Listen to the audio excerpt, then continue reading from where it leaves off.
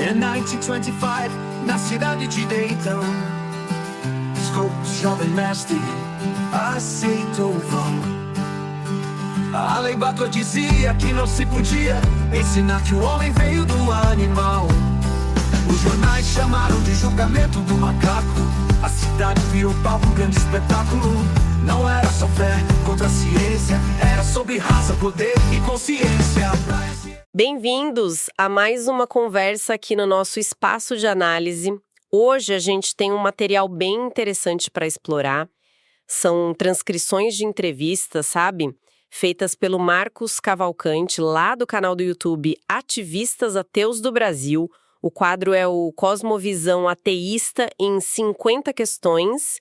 E assim, ele conversa com várias pessoas ateias, agnósticas, sobre um monte de coisa. Ah, sim. Um material bem rico, imagina. Dá para ter uma ideia da diversidade de pensamento, né? Exato. Mostra logo de cara que não tem um pensamento ateu único engessado. As visões variam bastante. Mas o nosso foco aqui hoje, a nossa missão, digamos assim, é investigar uma coisa específica que sempre gera muito debate, muita confusão. Que seria? Aquela ideia, sabe? O mito, talvez, de que os ateus querem impor um estado ateu. Será que isso é verdade? O que será que essas pessoas, esses ativistas entrevistados, pensam sobre a relação entre Estado e religião? Ou a falta dela? Vamos mergulhar nisso para entender melhor. Ótimo ponto. É um tema que realmente mexe com muita gente e tem muita desinformação circulando. Vamos ver o que as fontes dizem. Beleza, então, começando a desembrulhar, a lista de entrevistados é grande.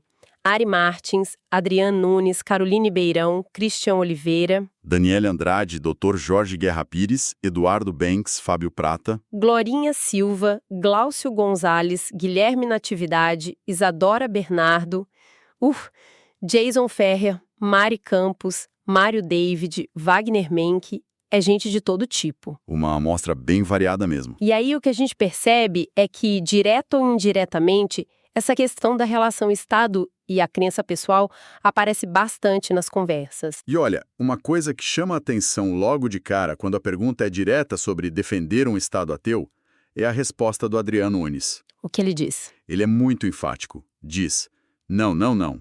Bem taxativo. Ah, interessante. O argumento dele é que o Estado tem que ser, totalmente neutro. Neutro mesmo. E mais, ele acha que o Estado deveria até promover a harmonia entre as religiões. Promover a harmonia. E ele diz que um Estado que promove o ateísmo seria perigoso, sabe? Porque inevitavelmente iria contra as pessoas que têm suas crenças religiosas. Faz sentido, pela lógica da neutralidade. Exato.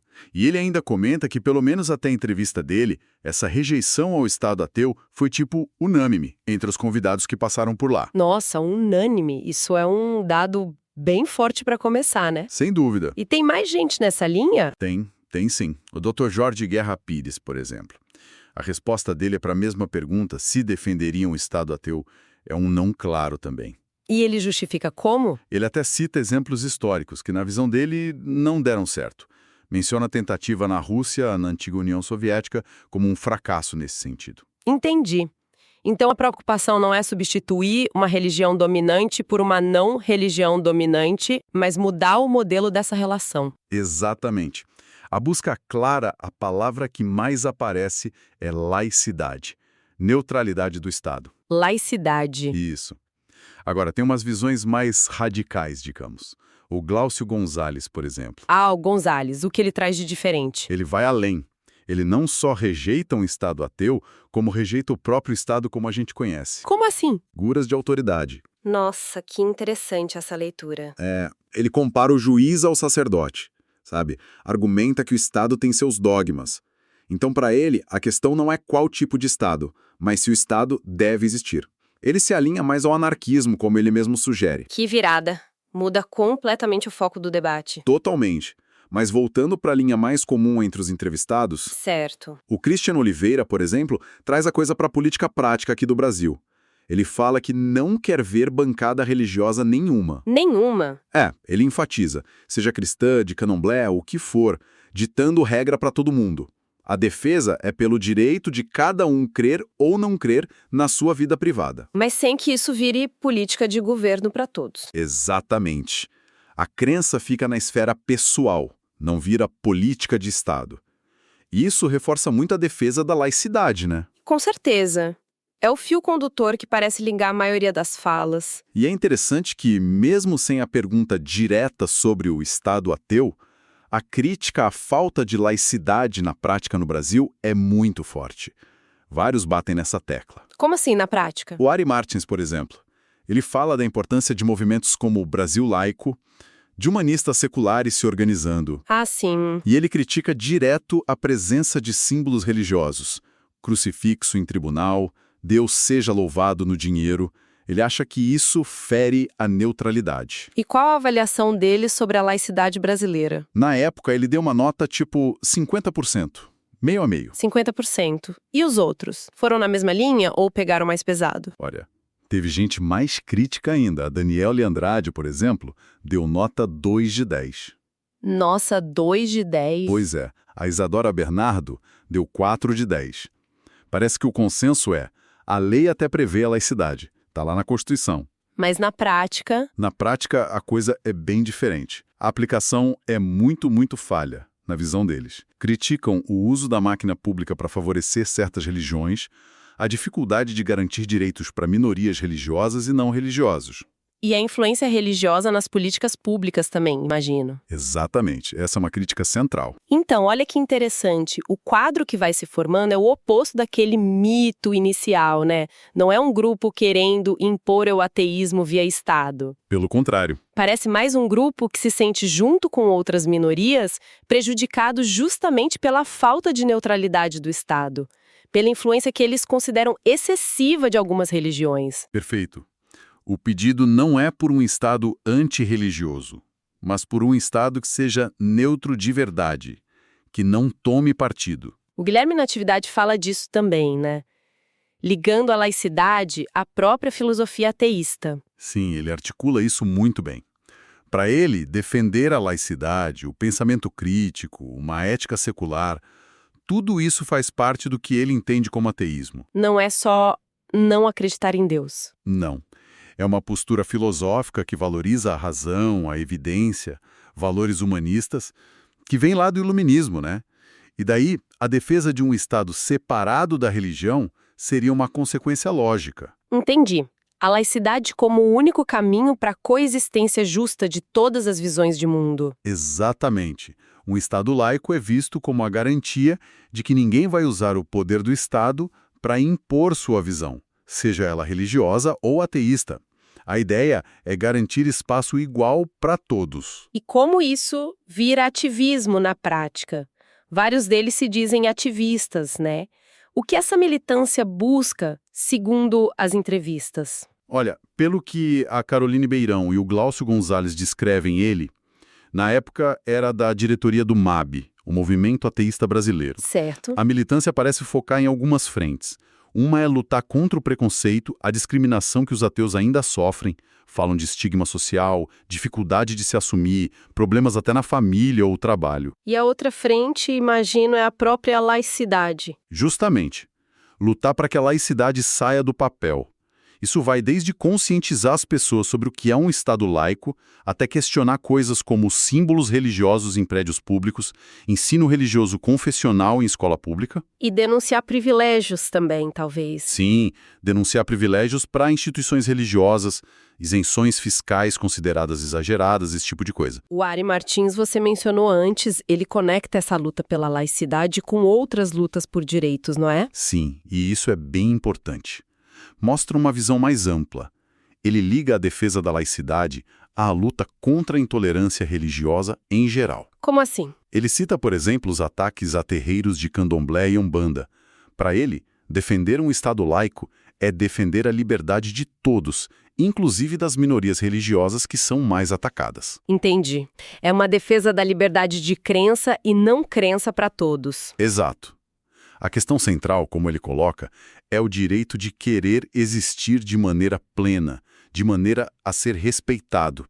Não é impor o ateísmo, é garantir respeito e cidadania plena para os ateus, assim como para todas as religiões, sem ninguém ter privilégio ou ser perseguido. Fica bem claro, né?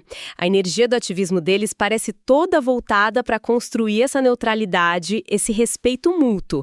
Nada a ver com impor uma visão ateísta pelo Estado. Nada a ver. A crítica é muito mais sobre o que eles veem como uma invasão da religião na esfera pública do que o contrário. Eles sentem que a laicidade atual é frágil. Exatamente. Que a influência de certas religiões no Estado é desproporcional e prejudica a igualdade. Eles apontam isso na legislação, em temas como direitos reprodutivos, direitos LGBTQIA+, na educação. E também nas isenções fiscais, na retórica de políticos que misturam religião e cargo público. Sim, tudo isso.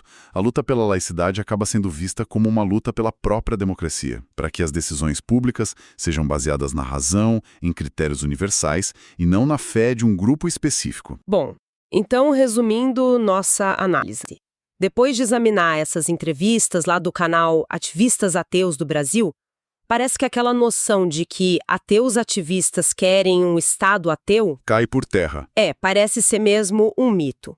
O que surge com muita força, de forma bem consistente, é a defesa de um Estado laico. Secular, neutro. Sem dúvida nenhuma. A análise aponta claramente para isso. O pedido não é por um Estado que adote o ateísmo, ideia que, como a gente viu, eles rejeitam e acham até perigosa. Certo. O que eles querem é um Estado que cumpra o seu papel constitucional de ser neutro com todas as crenças e não crenças. A separação igreja-estado é vista como chave para a liberdade de todo mundo. E a crítica é forte à situação atual, né?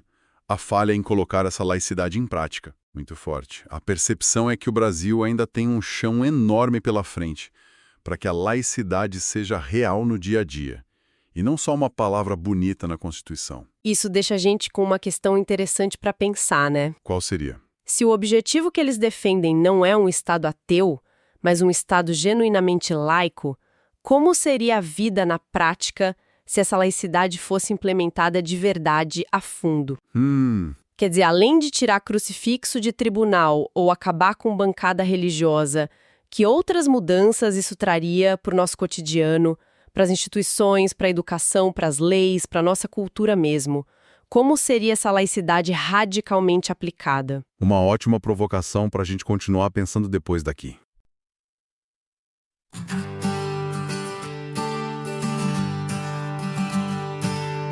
Em 1925, na cidade de Dayton, Scopes, jovem mestre, aceitou o vão. A lei Butler dizia que não se podia ensinar que o homem veio do animal. Os jornais chamaram de julgamento do macaco. A cidade virou palco, um grande espetáculo. Não era só fé contra a ciência, era sobre raça, poder e consciência. Brian se ergueu, grande orador, dizia que a ciência trazia ouro. Revolução levava a barbárie, darwinismo social, cruel tirania. A clã marchava, sombra na rua, hierarquia racial, não podia ter lua. Sem fé, dizia Brian, o saber é mal, porta aberta, o caos, caminho fatal. Darrow chegou, agnóstico gigante, defensor da razão, do direito constante. Viu na lei ataque à liberdade, uma teocracia sobre a humanidade. Todos ao gramado, calor insuportável. Darrow desafia Brian, ato notável. Pergunta sobre Noé, show sua criação. 6 dias de dilúvio era a interpretação. Brian admitiu, os dias eram longos. Muralha do literalismo caiu com sons. Derrota moral, mas a lei ainda vigorava. Impacto cultural que a América sentia. Scopes pagou multa, depois anulada pela Suprema Corte, questão técnica aplicada. O julgamento deixou marca e lição, depois lembrava, democracia em avaliação. Avaliação. Avaliação. Avaliação. Avaliação.